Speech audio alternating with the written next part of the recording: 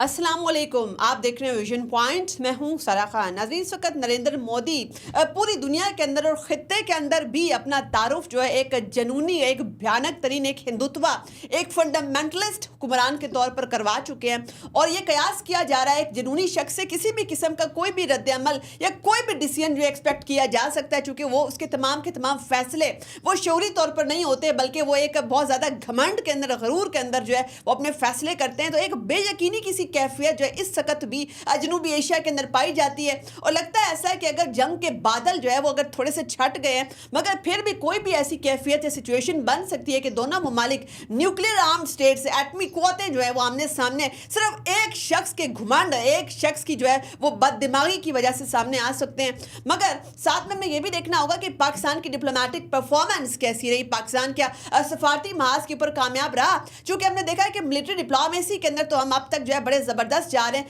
Kinetic operations के जरिए से हमने, और उसके साथ साथ जो है अपनी ये टेक्नोलॉजिकल पावर प्रोग्रेस शो करने के बाद हमने जो है इंडिया को दिखा दिया कि ऐसा तासुर जो आप दे रहे थे कि जी ये सारी की सारी जंग जो है अगर होती है पाकिस्तान में लड़ी जाएगी, लाहौर में लड़ी जाएगी, सियालकोट में लड़ी जाएगी, ऐसा कुछ नहीं होगा।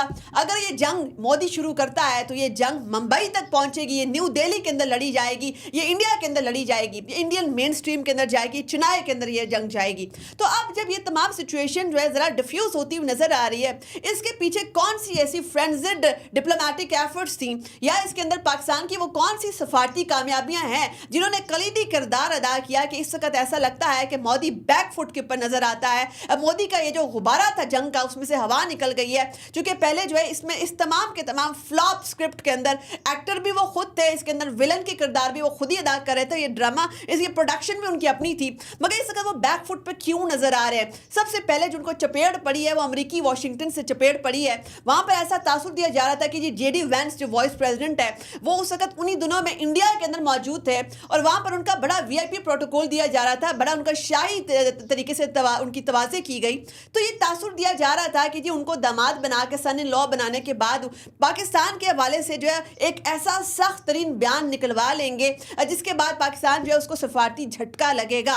उन्हीं दिनों में ये पहलगाम का एक फॉल फ्लैग ड्रामा रचाया जाता है। जेडी वैंस इंडिया के अंदर होते हैं, मगर ठीक एक हफ्ते के बाद जब वो वापस जाते हैं तो एक संजीदा इंटरव्यू के अंदर बैठे हुए पहला बयान जो उनकी तरफ से जारी होता है वो बयान ये होता है कि पहली बात वो पाकिस्तान को कतई तौर पर, मुकम्मल तौर पर ब्लेम नहीं करते, इंडियन ख्वाहिशात के ऊपर पानी फिर जाता है। ये पहला सफारती जूता मोदी रजीम को यहाँ पर लगता है। दूसरा वो ये बयान देते हैं कि तहकीकात के अंदर पाकिस्तान को ताउन करने की यकीन दहानी कराते हैं और बाकायदा पाकिस्तान को जो है हिदायत करते हैं कि आप इंडिया के साथ तहकीकात में ताउन करें। इसका मतलब ये हुआ, इसका इम्प्लिसिट मीनिंग ये हुआ कि अभी कोई भी चीज़ वाजे नहीं है। इंडिया ने जितना मर्जी वावेला दुनिया भर में मचाया कि इसके पीछे पाकिस्तान है, पहलगाम के मामले के ऊपर हम देखते हैं कि पाकिस्तान को दहशतगर्द करार देना, किसी भी मुल्क ने अभी तक कोई भी स्टेटमेंट इस किस्म का जारी नहीं किया। इवन जो जेडी वैंस हैं, जिसे सबसे ज़्यादा उम्मीदें इस वक्त भारतीय मोदी सरकार को थी, उसने पाकिस्तान के खिलाफ किसी भी किस्म का कोई स्टेटमेंट नहीं जारी किया। ये पहला सफारती जूता मोदी सरकार को पड़ा। दूसरी सफारती चपेट उनको उस वक्त पड़ी जब चीनी सफीर ने इंडियन भारतीय चैनल्स के ऊपर बैठ के पाकिस्तान का मुकम्मल दिफा किया, बाकायदा इस अज़म का यादा किया कि जनूबी एशिया और खित्ते के अमन इस्तेकाम के लिए पाकिस्तान के साथ चीन खड़ा है। वो सीसा पिलाई दीवार की तरह पाकिस्तान के साथ खड़ा है। पाकिस्तान की मौक़िफ़ की उसने भरपूर तायीद की, और बल्कि साथ साथ भारत को यह मैसेज दे दिया कि अगर भारत इस किस्म की संगीन तरीन स्पेक्टाकुलर ब्लंडर करता है, संगीन गलती करता है, तो उसको खमियाजा भुगतना पड़ सकता है। ये सिर्फ पाकिस्तान की तरफ से नहीं चुके बल्कि चाइना की तरफ से भी। क्योंकि अगर हम ये बात भूल जाते हैं कि जो कश्मीर का मामला है उसमें सिर्फ पाकिस्तान और इंडिया स्टेक होल्डर नहीं है, उसमें एक थर्ड स्टेक होल्डर जो है वो चीन भी है। तो यहाँ पर जो है ये दूसरा सफारती जूता इंडिया को पड़ जाता है। अब चूँकि गैर मामूली हालात है तो गैर मामूली हालात के अंदर गैर मामूली फैसले अक़वाम को लेने पड़ते हैं। पाकिस्तान के अंदर जो है बड़ी ज़बरदस्त तरीन पेशा वराना मावरत के ज़रिए से हम देखते हैं कि तमाम के तमाम शोबे, चाहे हमारे अस्करी ज़राए हों, चाहे हमारे डिप्लोमेटिक सर्कल्स हों, चाहे हमारी जो है हुकूमती सतह के ऊपर तमाम जो कोऑर्डिनेशन हमें जो नज़र आता है, बड़ा ज़बरदस्त कोऑर्डिनेशन, कोलैबोरेशन हमें नज़र आता है इस तमाम सिचुएशन के अंदर। और उसके अलावा कौम जो है वो आर्म्ड फोर्सेस के साथ खड़ी हुई सीसा पिलाई दीवार की तरह हमें नज़र आती है, जबकि इंडिया के अंदर हर गुजरते दिन के साथ डिवीजन्स बढ़ रही हैं, डिवाइड्स बढ़ रही हैं, वहाँ पे उनकी फॉल्ट लाइन्स जो है वो हर दिन के साथ तकसीम हो रही हैं। हमें इंडिया जो है उसकी तकसीम बढ़ती हुई नजर आई और अपने फ्रंट के ऊपर हमें यूनिटी बढ़ती हुई नजर आई। तो यहाँ पर जो है एक गैर मामूली फैसला वो ये भी लिया जाता है, जो चूंकि फ्रेंजिक सिचुएशन है, पहलगाम हमले के बाद जो एक DGISI आसिम मलिक साहब जो उनको बतौर मुशीर कौमी सलामती तैनाती भी इस तमाम कॉन्टेक्स्ट में हो जाती है। अब ये जो तैनाती आसिम मलिक साहब की ऐसा मुशीर कौमी सलामती ये क्यों इतनी ज़्यादा इंपॉर्टेंट है, इसके हवाले से बात करना क्यों इतना ज़्यादा ज़रूरी है, चूँकि हम देखते हैं एक बुरानी कैफियत है।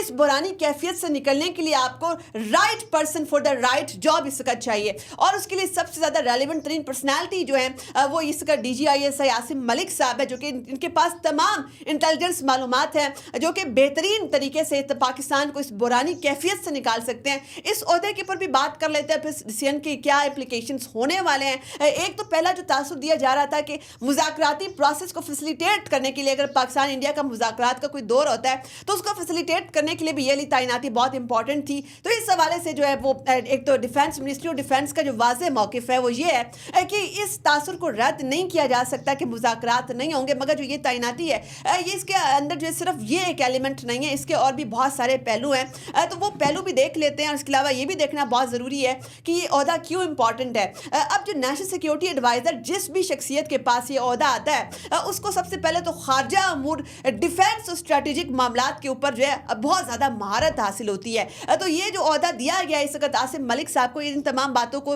मद्देनज़र रख कर दिया गया है। और इसके साथ साथ हमने ये भी देखा कि किस तरीके से जो आसिम मलिक साहब हैं उन्होंने हमेशा जो है वो पाकिस्तान के अंदर ये जो इस किस्म की बुरानी कैफियत है उनका एक रोल है, उनका एक बैकग्राउंड है, उस बैकग्राउंड के ऊपर भी आते हैं। चूँकि जो नेशनल सिक्योरिटी एडवाइज़र किसी भी मुल्क का होता है वो सिविल और अस्करी जो क़यादत उस वक्त होती है उनके दरमियान कोलैबोरेशन को, उनके दरमियान जो है एक अच्छी कोऑर्डिनेशन को फैसिलिटेट करता है। मुल्क चाहे बुरानी कैफियत में हो या चाहे खारजा पॉलिसी के मामला, तो उसमें अस्करी पहलू भी होता है। तो ये तमाम चीज़ें जो है बड़ी इंपॉर्टेंट है। पाकिस्तान ने आगे भी जो है बहुत सारे प्रोजेक्ट्स के ऊपर काम कर रहा है पाकिस्तान, तो उसके हवाले से जो जिस तरीके से जियोपॉलिटिकल सिचुएशन टेंस होती जा रही है, तो ये इस कोऑर्डिनेशन को मज़ीद बेहतर करने की ज़रूरत थी।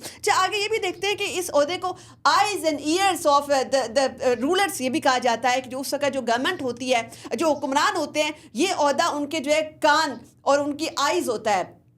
तो ये ओहदा इस तरीके से कैसे काम करता है, हमने ये देखा कि ये जो नेशनल सिक्योरिटी एडवाइज़र का ओहदा इससे पहले भी बड़ा ज़बरदस्त, बड़ा प्रोएक्टिव मुल्क के दिफाई मामलात के हवाले से रहता है, क्योंकि इसने मशवरे देने होते हैं कि अस्करी डिसीजन मेकिंग जो है वो कैसे की जा सकती है, या जिस तरीके से ख़तरात मंडला रहे हैं उसमें फौरी और क्विक डिसीजन जो है वो क्या लेना चाहिए, खारजा पॉलिसी के हवाले से कौन कौन से चैलेंजेस है उनसे कैसे निपटा जाता है, ये सारे की सारी जो मिलिट्री डायमेंशंस है ये इस हवाले से बड़ा इंपॉर्टेंट ओहदा है। फिर ये जान लेना बहुत ज़्यादा ज़रूरी है कि लेफ्टिनेंट जनरल आसिम मलिक हैं कौन, इनका पस मंजर क्या है, वो कौन से ऐसे सैलिएंट फीचर्स हैं जिसकी वजह से फिट इन होते हैं इस ओहदे के अंदर।